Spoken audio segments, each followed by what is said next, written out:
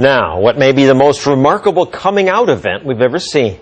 A little girl is unable to speak a word or connect to the world around her in any way. Or so everyone thought, until she turned 11 and suddenly something remarkable happened. ABC's John McKenzie has the story of a girl breaking out of her own body. You don't know what it feels like to be me, or it feels like 100 ants are crawling up your arm.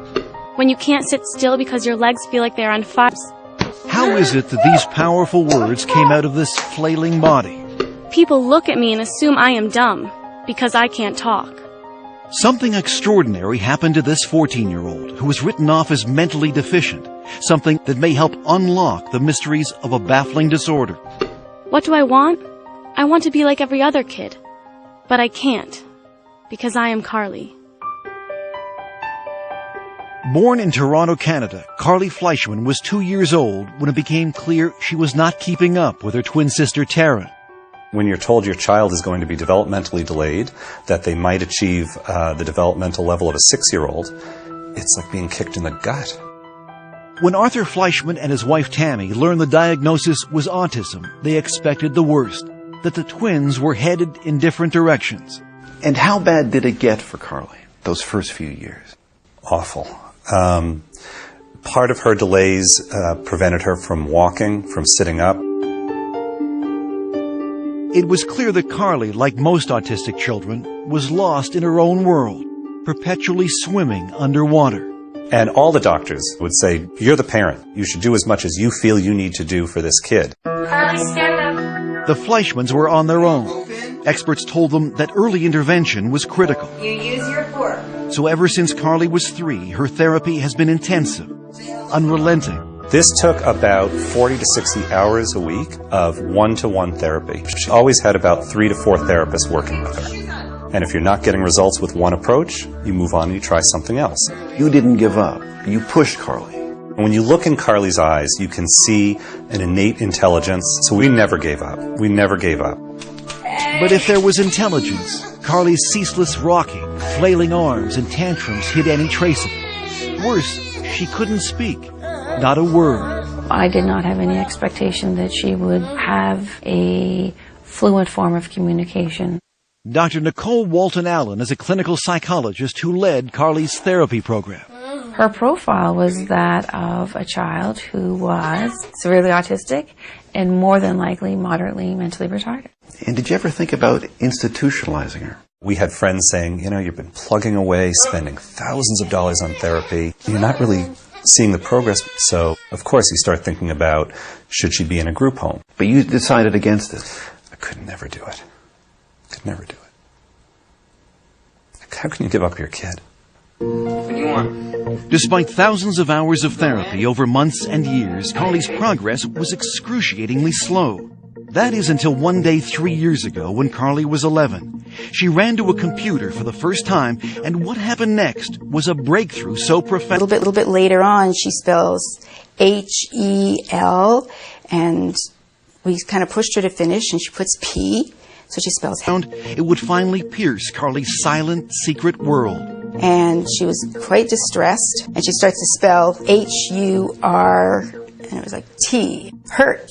And then a little afterwards, she sort of got up, went behind the couch, and she threw up. What are you cheering? Barbara Fenton-Nash is one of Carly's longtime therapists. So what did this tell you? It told us that there was a lot more going on there than we knew. And to us, that was a breakthrough moment because we hadn't specifically taught her the words. And at first, we didn't believe it. Knowing this child for 10 years and never seeing her write a thing, of course you're going to be skeptical. Everyone was, including her other therapists, who were now desperate to see proof. But Carly refused to type, exhibiting the same hysterical behavior that led experts to label her as mentally retarded. She would strip off her clothes. She would go into the bathroom and she would engage in fecal smearing. So the typing was great, but no one could see it. There, show me. What was needed was some tough love. If Carly wanted something, she would have to type for it. First type, and then you get. Let's go. Oh, she had to work for it. If she wanted information, if she wanted to go somewhere, she had to type by herself. Finally, several months later, Carly began to type for others. She started to realize that by communicating, she had power over her environment. And what came through her finger, typing one letter at a time, with fluency no one could believe, was astonishing. I am autistic, but that's not who I am. Take time to know me before you judge me. I am cute, funny, and like to have fun. Through her torrent of words, Carly began to unravel the mysteries behind her often wild behavior. Like banging her head. Because if I don't, it feels like my body is going to explode. It's just like when you shake a can of Coke. If I could stop it, I would, but it's not like turning a switch off. I know what is right and wrong, but it's like I have a fight with my brain over it. Use your words. And Carly was not shy about expressing her desires and frustrations. I want to be able to go to school with normal kids, but not have them getting upset or scared if I hit a table or scream. I want something that will put out the fire. We were also horrified because for years we had spoken in front of her as if she wasn't there. Now, for the first time, Carly was able to have conversations with her parents. You think you can write back to Dad? I want to go on a snowmobile. Can we do it? Will you go on one? I think it would be fun. So here's your daughter, and finally you get to meet her. Mm-hmm. What was that like? Overwhelming. Overwhelming. I stopped looking at her as a disabled person. You promised. Did you lie to me? And started looking at her as a sort of sassy, mischievous teenage girl. I want people to know that no one is telling me what to say, and I don't have a hand up my butt like a puppet. Carly has been very clear that she sees herself as a normal child, locked in a body that does things that she has no control over.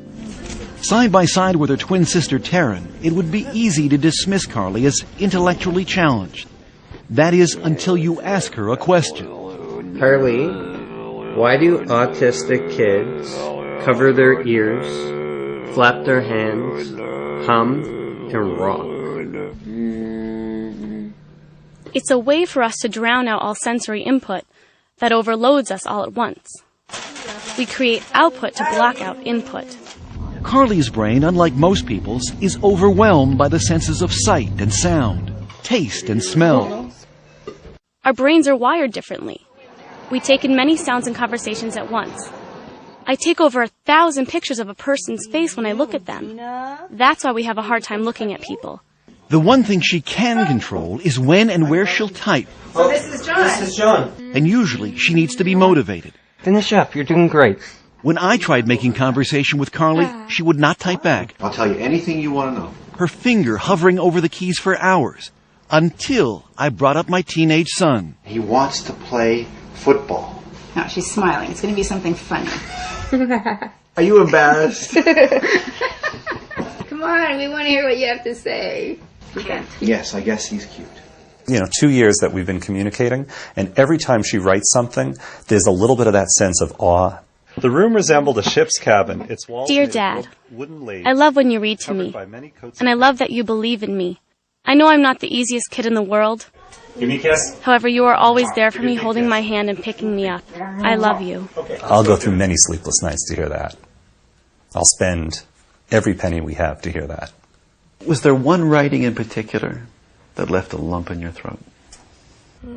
In this writing where she says, "You've never been in my body. I wish for one day you could be in my body."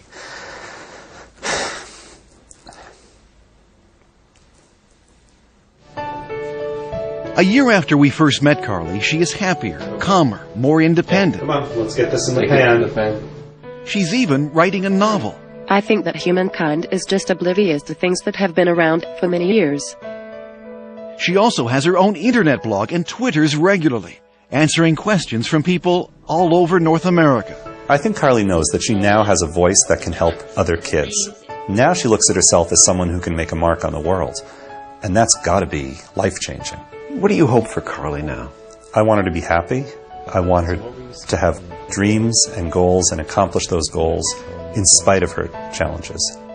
I think the only thing I can say is don't give up. Your inner voice will find its way out. Mine did.